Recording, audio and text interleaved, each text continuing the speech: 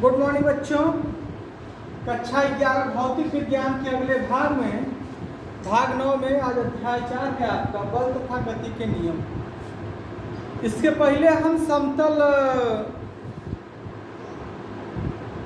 तल पर गति के विषय में बताए थे या रेखीय गति के विषय में आपको हमने बताया था, गति के समीकरणों के विषय में बताया था। आज हम आपको पढ़ाने जा रहे हैं बल। बल क्या होता है, हम लोग छोटी कक्षाओं से पढ़ते हुए आ रहे हैं। व्हाट इज फोर्स, बल किसे कहते हैं। छोटी कक्षाओं में हमको पढ़ाया जाता था धक्का या खिंचाव को बल कहते हैं। धक्का या खिंचाव को बल कहते हैं। थोड़ा सा हम लोग इसका परिष्कृत रूप जब लेते हैं तो बल वह बाह्य कारक है। बल क्या है भाई?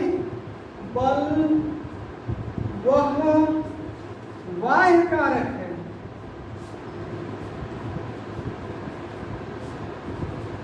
जो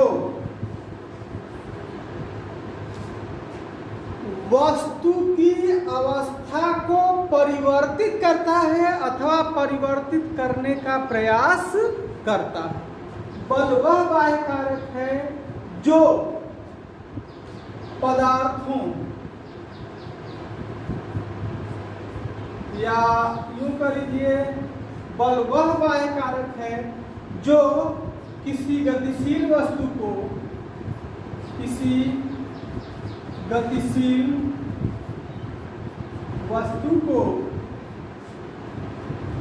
विरामावस्था में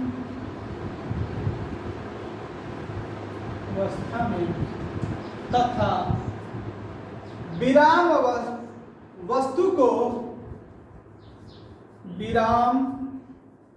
वस्तु को गति की अवस्था में लाता है या लाने का प्रयत्न करता है। बल क्या है भाई? बल वह बाह्य कारक है जो किसी गतिशील वस्तु को विरामावस्था में तथा विराम वस्तु को गति की अवस्था में लाता है या लाने का प्रयत्न करता है। इसके बाद होता है भाई बल के प्रकार। बल कितने प्रकार के होते हैं? बल के प्रकार मुख्यतः बल दो प्रकार के होते हैं। एक होता है संतुलित बल और एक होता है आपका असंतुलित बल। एक होता है संतुलित बल और दूसरा का होता है असंतुलित बल। हालांकि छोटी कक्षाओं में हमको पढ़ाया गया था गुरुत्वीय बल होता है, चुंबकीय बल होता है, विद्युतीय बल होता है, तमाम प्रकार के बलों के विषय, पेशीय बल होता है, यांत्रिक बल होता है, तमाम बलों की विशेषताओं के बारे में हमको बताया गया था। लेकिन बल मुख्यतः दो प्रकार के होते हैं। एक होता है संतुलित बल और दूसरा का होता है असंतुलित बल। संतुलित बल किसे कहते हैं भाई? यदि किसी निकाय पर दो बल कार्य करते हो, या यूं कह लीजिए कि यदि किसी निकाय पर दो से अधिक बल लगाए गए हों या दो बल लगाए गए हों और उन बलों का परिणामी शून्य हो तो ऐसे बल को हम संतुलित बल कहते हैं। मान लीजिए मेरा डस्टर है, इस डस्टर पर मैंने दो तरफ से बल लगाया हुआ है और डस्टर स्थिर है। उस अवस्था में इस पर लगने वाला जो बल होगा वह बल संतुलित बल कहलाएगा। संतुलित बल में लगने वाले बलों का परिणामी भाई शून्य होता है। ऐसा बल संतुलित बल कहलाता है। असंतुलित बल, यदि किसी निकाय पर दो या दो से अधिक बल लगाया जाए और बलों का परिणामी शून्य न हो तो ऐसा बल असंतुलित बल कहलाता है। जैसे रस्सा कस्सी के खेल में खिलाड़ी एक दूसरे को खींचते हैं उस परिस्थिति में इधर के खिलाड़ी उधर चले जाते हैं। तो इस प्रकार का जो बल होता है असंतुलित बल की श्रेणी में आता है। बल क्या होता है भाई? बल वह बाह्य कारक है जो किसी गतिशील वस्तु को विरामावस्था में तथा विराम वस्तु को गतिशील अवस्था में लाने का प्रयत्न करता है या लाता है। बल दो प्रकार के होते हैं, एक होता है संतुलित बल और एक होता है असंतुलित बल। इसके बाद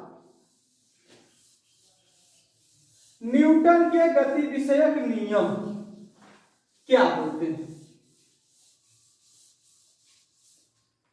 न्यूटन के गति विषयक नियम,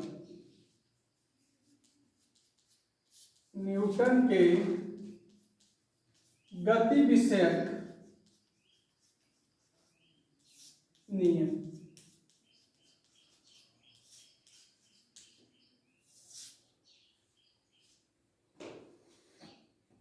न्यूटन ने गति से संबंधित 3 नियमों का प्रतिपादन किया। न्यूटन ने गति से संबंधित 3 नियमों का प्रतिपादन किया जिसे न्यूटन का गति विषयक नियम कहते हैं। उनके नियम के अनुसार पहला नियम होता है, इन्होंने 3 नियमों का प्रतिपादन किया जिसमें पहला नियम है यदि कोई वस्तु विरामावस्था में है तो वह विरामावस्था में ही रहेगी। यदि एक समान वेग से गति कर रही है तो एक समान वेग से गति करती ही रहेगी जब तक कि उस पर कोई बाह्य बल आरोपित न किया जाए। इसके बाद नंबर 2 आता है द्वितीय नियम। न्यूटन का गति विषयक द्वितीय नियम होता है किसी वस्तु पर लगाया गया बल उस वस्तु के द्रव्यमान तथा बल की दिशा में उत्पन्न त्वरण के गुणनफल के अनुक्रमानुपाती होता है। F प्रोपोर्शनल टू ma कहते हैं या F इक्वल टू kma होता है। यदि k इक्वल टू 1 या बराबर ma। यह न्यूटन का गति विषयक द्वितीय नियम है। न्यूटन का गति विषयक द्वितीय नियम क्या है भाई? किसी वस्तु पर लगाया गया बल उस वस्तु के द्रव्यमान तथा बल की दिशा में उत्पन्न त्वरण के गुणनफल के अनुक्रमानुपाती होता है। यह न्यूटन का गति विषयक द्वितीय नियम है। इसके बाद आता है तृतीय नियम, न्यूटन का गति विषयक तृतीय नियम। तृतीय नियम क्या होता है भाई? प्रत्येक क्रिया का, थर्ड लॉ है, प्रत्येक क्रिया का उसके बराबर परंतु विपरीत दिशा में प्रतिक्रिया होता है। प्रत्येक क्रिया का उसके बराबर परंतु विपरीत दिशा में प्रतिक्रिया होता है। जैसे हम नाव से कूदते हैं तो नाव पीछे की तरफ भागती है और हम आगे कूदते हैं। यह हो गया क्रिया प्रतिक्रिया का बल। पहला हो गया आपका, यदि कोई वस्तु विरामावस्था में है तो वह विरामावस्था में रहेगी। यदि एक समान वेग से गति कर रही है तो एक समान वेग से गति तब तक करती रहेगी जब तक उस पर कोई बाह्य बल आरोपित न किया जाए। इसके बाद द्वितीय नियम है आपका, किसी वस्तु पर लगाया गया बल उस वस्तु के द्रव्यमान तथा बल की दिशा में उत्पन्न त्वरण के गुणनफल के अनुक्रमानुपाती होता है। या प्रोपोर्शनल टू ma या F इक्वल टू kma। यदि k इक्वल टू 1 तो F इक्वल टू ma। तृतीय नियम होता है प्रत्येक क्रिया का उसके बराबर परंतु विपरीत दिशा में प्रतिक्रिया होता है। यह न्यूटन के गति विषयक तीनों नियम हो गए। अब इसके पहले नियम के आधार पर आधारित है आपका, इसके पहले नियम पर आधारित है जड़त्व। जड़त्व क्या है?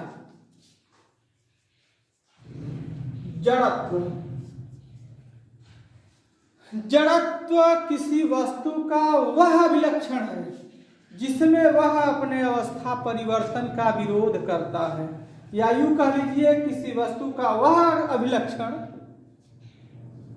किसी वस्तु का वह अभिलक्षण जिसमें वह अपने अवस्था परिवर्तन का विरोध करता है उसे जड़त्व कहते हैं।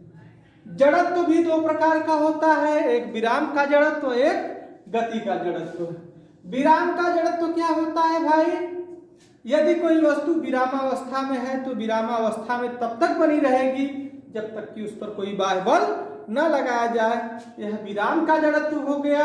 इसके बाद गति का जड़त्व, यदि कोई गतिशील वस्तु एक समान वेग से गति कर रही है तो वह तब तक गति करती रहेगी जब तक कि उस पर कोई बाह्य बल आरोपित न किया जाए, यह गति का जड़त्व हो गया। आज की वीडियो में बस इतना ही। इसके बाद अगले वीडियो में हम फिर मिलेंगे। आज के लिए धन्यवाद।